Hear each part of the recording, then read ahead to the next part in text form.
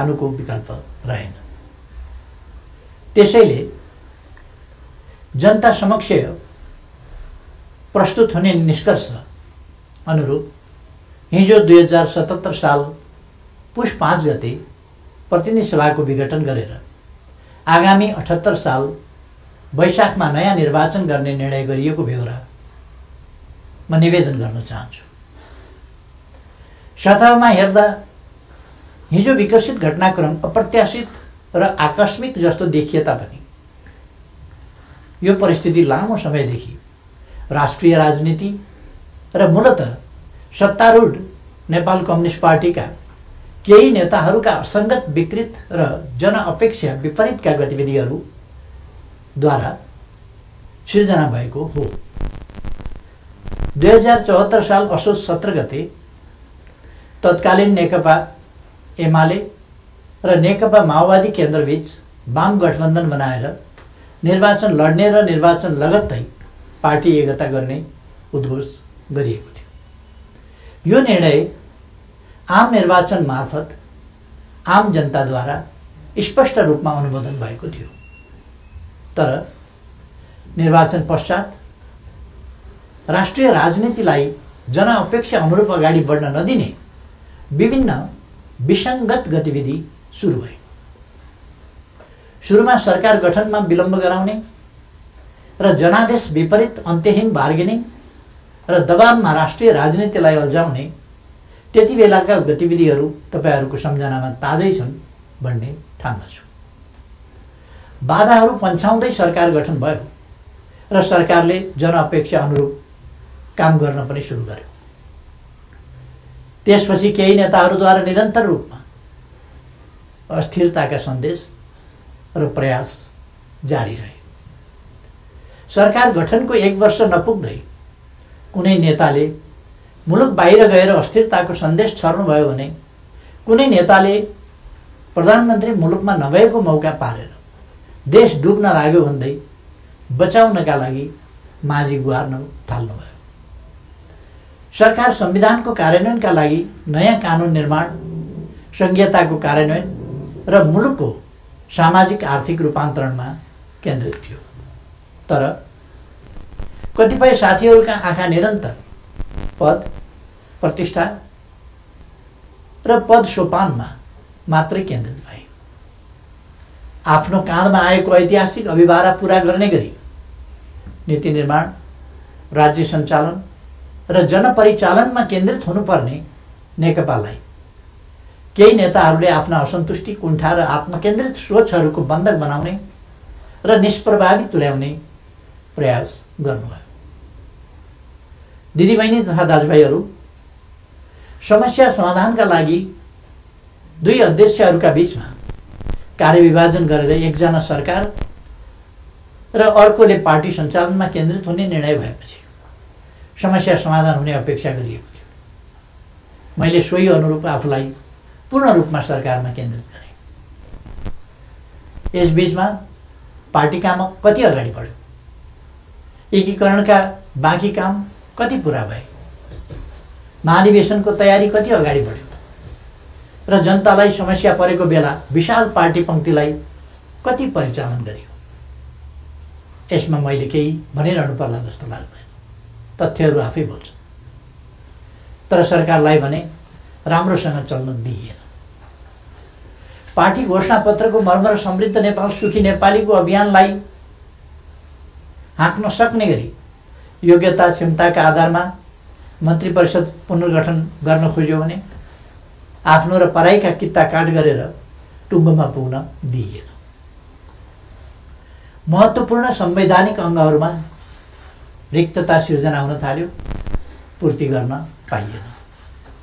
पछाडि परेका सामाजिक समुदायको हितका लागि विभिन्न संवैधानिक आयोगहरूको व्यवस्था छ, तर 2.5 वर्षसम्म पनि त्यहाँ नियुक्ति हुन पाएन। सरकारले दूरगामी महत्त्वका काम गरेको छ। प्रतिकूलताका बीचमा पनि मुलुकले महत्त्वपूर्ण उपलब्धि हासिल गरेको छ। युगान्तकारी काम सुरु भएका छन्। तर विपक्षी दलहरूलाई पनि उछिनेर केही नेताहरू सरकारको अनन्त विरोध र नकारात्मक मनोविज्ञान सिर्जना गर्न उद्धत भइरहनु भयो।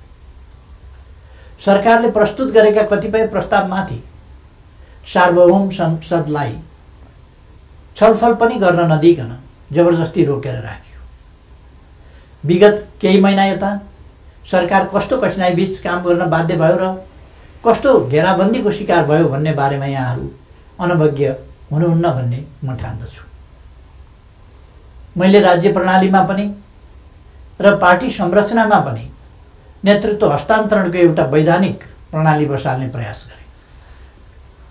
प्रधानमन्त्री चयन ताजा जनादेशका आधारमा बन्ने संसदले गरोस् र पार्टी नेतृत्वको चयन महाधिवेशनबाट होस् भन्ने विधि स्थापित गर्न खोजे। सङ्घीय लोकतान्त्रिक गणतन्त्रका निम्ति अगुवाई गरेको पहिलो पुस्ताले संरक्षक र उत्प्रेरकको सम्मानजनक भूमिकामा रहोस् र मुलुकको नेतृत्व सामाजिक आर्थिक रूपान्तरण र समृद्धिको मिसन पूरा गर्न सक्षम र सक्रिय नयाँ पुस्तामा हस्तान्तरण होस् भन्ने मार्गचित्र प्रस्तुत गरे। यसै मान्यताका आधारमा 5 वर्षको सरकारको नेतृत्वपछि सुयोग्य नेतृत्वलाई जिम्मेवारी हस्तान्तरण गर्ने र महाधिवेशनद्वारा पार्टीको कार्यकारी जिम्मेवारीबाट अवकाश लिने घोषणा समेत गरे। मुलुकको जटिल अवस्थामा नियमित महाधिवेशन हुन नसक्ने हो भने पनि विशेष महाधिवेशन गरेर अध्यक्ष पद हस्तान्तरण गर्न इच्छा गरे र योजना पनि प्रस्तुत गरे। तर महाधिवेशनका लागि साथीहरूले 4 महिना पनि कुर्न सक्नु भएन। उल्टै मेरो राजनीतिक चरित्र हत्या गर्ने गरी अत्यन्त लाञ्छित र अपमानित गर्दै आरोप पत्र पेश गर्नुभयो। त्यसलाई पार्टीको लोगो र कार्यालयको दुरुपयोग गर्दै राष्ट्रव्यापी रूपमा वितरण गर्नुभयो र वस्तुतः पार्टी विभाजनको अप्रत्यक्ष घोषणा गर्नुभयो। अर्कातिर भित्रभित्रै प्रधानमन्त्री विरुद्ध अविश्वास प्रस्तावको तयारीलाई अगाडि बढाउनुभयो।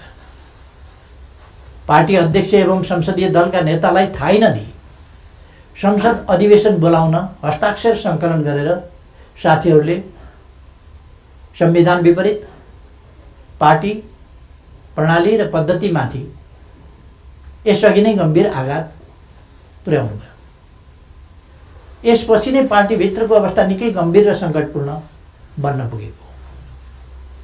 अस्ति पुस 4 गते मात्रै पनि मैले पुष्पकमल दाहालजीको निवासमै गएर उक्त विग्रहकारी आरोप पत्र फिर्ता लिन, पार्टीमा सहज र स्वस्थ वातावरण सिर्जना गर्न र विशेष महाधिवेशन आयोजना गरेर नेतृत्व हस्तान्तरणका लागि पटक पटक आग्रह गरे।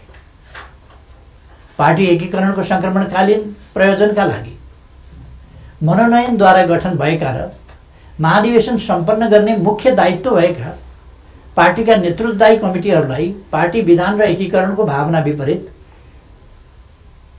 पार्टीलाई मतदानको अवस्थातिर नधकेल्न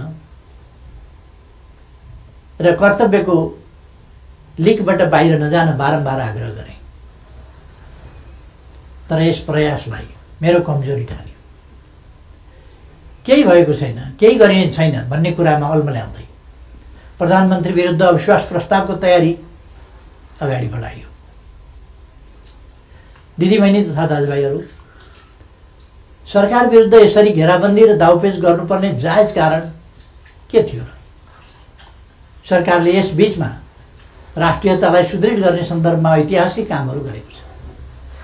नेपालको वास्तविक भूभाग समेटेको नयाँ नक्सा प्रकाशन गरिएको छ। तदनुरूप सर्वसम्मतिका आधारमा संविधान संशोधन गरिएको छ। समस्या समाधानका लागि मित्र राष्ट्र भारतसँग वार्ताको तयारी भइरहेको छ। चीनसँग पारमाणु यातायात प्रोटोकलमा हस्ताक्षर भएको छ। नेपालको अन्तर्राष्ट्रिय छवि, भूमिका र आकर्षण बढेको छ। यसलाई सुदृढ गर्न सबैले सहयोग गर्नुपर्ने बेलामा सरकारलाई असहयोग र असफल पार्न भइरहेका यी गतिविधिका पछाडि गम्भीर षड्यन्त्र लुकेको स्पष्ट छैन र? यी घटनाक्रम हेर्दा म आजभन्दा 4 वर्ष अगाडिका परिदृश्यहरूलाई सम्झिरहेको छु। नाकाबन्दीको साहसका साथ सामना गर्दै त्यसलाई अन्त्य गरे बापत नेपालको पार्वन सुविधा विस्तार गरेर फेरि कहिल्यै नाकाबन्दी नहुने कुराको सुनिश्चित गरे बापत त्यति बेलाको सरकारलाई यसै गरी षड्यन्त्रपूर्ण ढङ्गले अपदस्थ गरिएको थियो। परिस्थिति र समय सन्दर्भ फरक भए पनि पात्रहरू उनै हुनुहुन्थ्यो। के यसले हाम्रा कतिपय नेताहरू नेपाललाई अनन्त अस्थिरतामा फसाउने योजनामा सहभागी भएको स्पष्ट रूपमै देखिनुहुन्न र? थुप्रै प्रतिकूलताका बावजुद नेपालले गएको 3 वर्षमा उल्लेख्य उपलब्धि हासिल गरेको कुरामाथि पनि उल्लेख भइसकेको छ। प्राय सबैजसो विकास सूचकाङ्कहरूमा नेपालले प्रगति गरेको छ। कतिपय क्षेत्रमा फड्को नै मारेको छ। शान्ति सुरक्षाको स्थितिलाई सुदृढ तुल्याइएको छ। पृथकतावादी गतिविधिलाई समाधान गरिएको छ। मुलुकले विकास, सुशासन, समृद्धि र स्थायित्वतिर सकारात्मक कदम चालिरहेको यस स्थितिबाट पार्टी खुसी हुनुपर्ने होइन र? सबै मिलेर यसलाई थप गति दिनुपर्ने होइन र? तर कतिपय नेताहरूबाट यसको उल्टो काम भइरहेको छ। सरकारलाई 5 वर्ष काम गर्न दिने र उसका कामको परीक्षण जनताबाट निर्वाचनका क्रममा हुने लोकतान्त्रिक बाटो छोडेर सधैँभरि सत्ता, सधैँभरि सरकार, सधैँभरि पदीय भागभण्डाको चक्रव्यूहमा राजनीतिलाई बन्दी बनाउने काम भयो। लोकतन्त्रमा सत्ता पक्षले जनताको आदेशअनुसार काम गर्छ, प्रतिपक्षले नियन्त्रण र सन्तुलनको भूमिका खेल्छ। तर हामी कहाँ सत्ता पक्षका कतिपय साथीहरू नै प्रतिपक्षभन्दा बढी आक्रामक, असहयोगी र षड्यन्त्रपूर्ण गतिविधिमा संलग्न हुने विडम्बनापूर्ण अवस्था सिर्जना भयो। आजको स्थिति विकसित हुनुमा कतिपय नेताहरूको गतिविधिको मुख्य जिम्मेवारी रहेको तथ्यलाई एका राख्नुपर्दछ। यस्तो काम कुनै पनि अर्थमा लोकतान्त्रिक हुन सक्दैन। दिदीबहिनी तथा दाजुभाइहरू, पार्टीलाई एकताबद्ध रूपमा अगाडि बढाउने, नेतृत्व हस्तान्तरणको विधि र प्रणाली बसाउने र पार्टी, सरकार र संसदलाई जनताको हितमा केन्द्रित गर्ने मेरा प्रयासहरूमा यसरी निरन्तर बाधा सिर्जना गरिए। यसपछि नै म यस निर्णयमा पुग्न बाध्य भएको। प्रतिनिधि सभा विघटन र नयाँ निर्वाचन मेरो रुचि वा छनौटको विषय थिएन। तर मुलुकलाई अकर्मण्य अवस्थामा राखिराख्नु उचित हुँदैन थियो। संसदलाई केही नेताहरूको स्वार्थको बन्धक बनाइराख्नु जनादेश विपरीत हुन जान्थ्यो।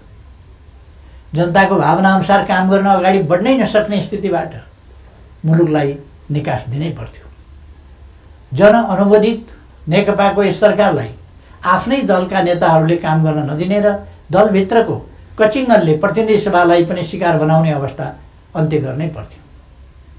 यसै पृष्ठभूमिमा म नयाँ जनादेशका लागि सार्वभौम जनता समक्ष जाने निष्कर्षमा पुगेको हुँ।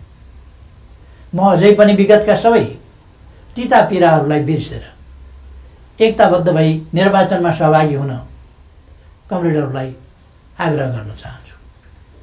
निर्वाचनको घोषणाले पार्टी एकतालाई बलियो बनाउने अपेक्षा गरेको छु।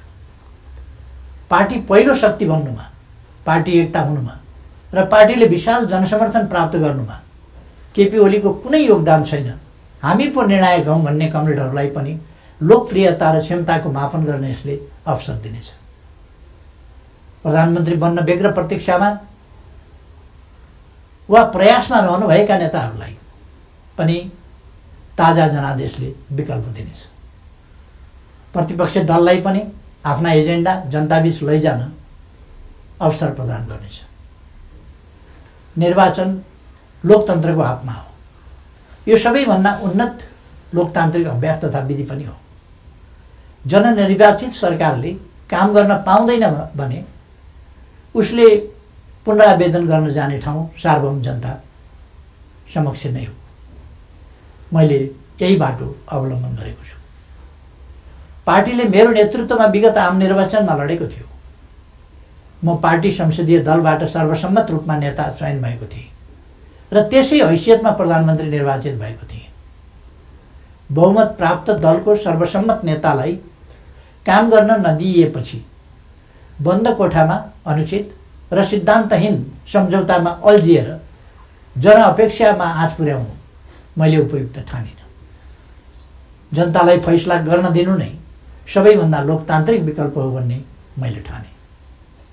त्यसै पनि जस्केलाबाट सरकारमा छिर्ने र जनमतको उपहास गर्ने अलोकतान्त्रिक चरित्रप्रति मैले सधैँ विमति राख्दै आएको छु। दिदीबहिनी तथा दाजुभाइहरू, नेपालको संविधानले नेपालको सार्वभौम सत्ता र राजकीय सत्ता जनतामा निहित रहने व्यवस्था गरेको छ। राज्य सञ्चालनको अन्तिम निर्णयकर्ता जनता हुन्। जनताको यो सार्वभौम सत्ता, राजकीय सत्ता र निर्णय निर्वाचन मार्फत व्यक्त हुन्छ। जनताको अभिमत व्यक्त हुने निर्वाचनले लोकतन्त्रलाई थप सुदृढ र परिपक्व बनाउँछ। हाम्रो लोकतान्त्रिक प्रणाली नयाँ छ तर कमजोर छैन। मुलुक जनप्रतिनिधिविहीन अवस्थामा छैन। राष्ट्रिय सभा क्रियाशील छ। प्रदेश सरकार र प्रदेश सभा एवं स्थानीय सरकारहरू मुलुकको संविधान र कानुन अनुरूप आफ्नो तहमा राजनीतिक नेतृत्व प्रदान गरिरहेका छन्। राष्ट्रपति र न्यायालय लगायतका संस्थाहरू र राज्यका निजामती एवं सुरक्षा अङ्गहरू सबै आफ्नो कर्तव्य निर्वाहमा दृढ छन्। 4.5 महिनापछि नयाँ प्रतिनिधि सभा स्थापित भइहाल्ने नै छ। 21औं शताब्दीको नेतृत्व गर्न तयार भएर बसेको हाम्रो युवा पुस्ता लोकतन्त्रप्रति प्रतिबद्ध छ। यो पुस्ता नै लोकतन्त्रको सबैभन्दा ठुलो पहरेदार हो। यस परिस्थितिमा म सम्पूर्ण युवाहरूलाई लोकतन्त्रको रक्षाका लागि एकजुट भएर दृढतापूर्वक अगाडि बढ्न आह्वान पनि गर्न चाहन्छु। त्यसैले निर्वाचनमा जाँदा संविधान अप्ठ्यारोमा पर्छ, लोकतान्त्रिक गणतन्त्र सङ्कटमा पर्छ र मुलुक अस्थिरतातर्फ धकेलिन्छ भनेर चलाउन खोजिएका प्रचार या फिजाउन खोजिएका आशंका र भ्रमहरू निराधार छन्। राजनीतिक स्थिरताको प्रत्याभूति गर्ने निर्णायक तत्त्व जनताको अभिमत हो। तसर्थ कुनै पनि कुरामा नअल्मलिकन आम निर्वाचनको तयारीमा केन्द्रित हुन म सबैमा हार्दिक आह्वान गर्दछु। धन्यवाद।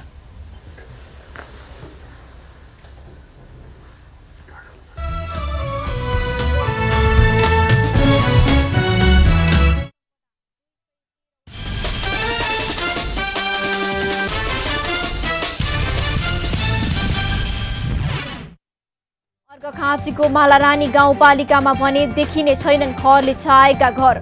गाउँपालिकाले बाँड्यो टिनका छानो। खर काट्नुपर्ने बाध्यताको अन्त्य।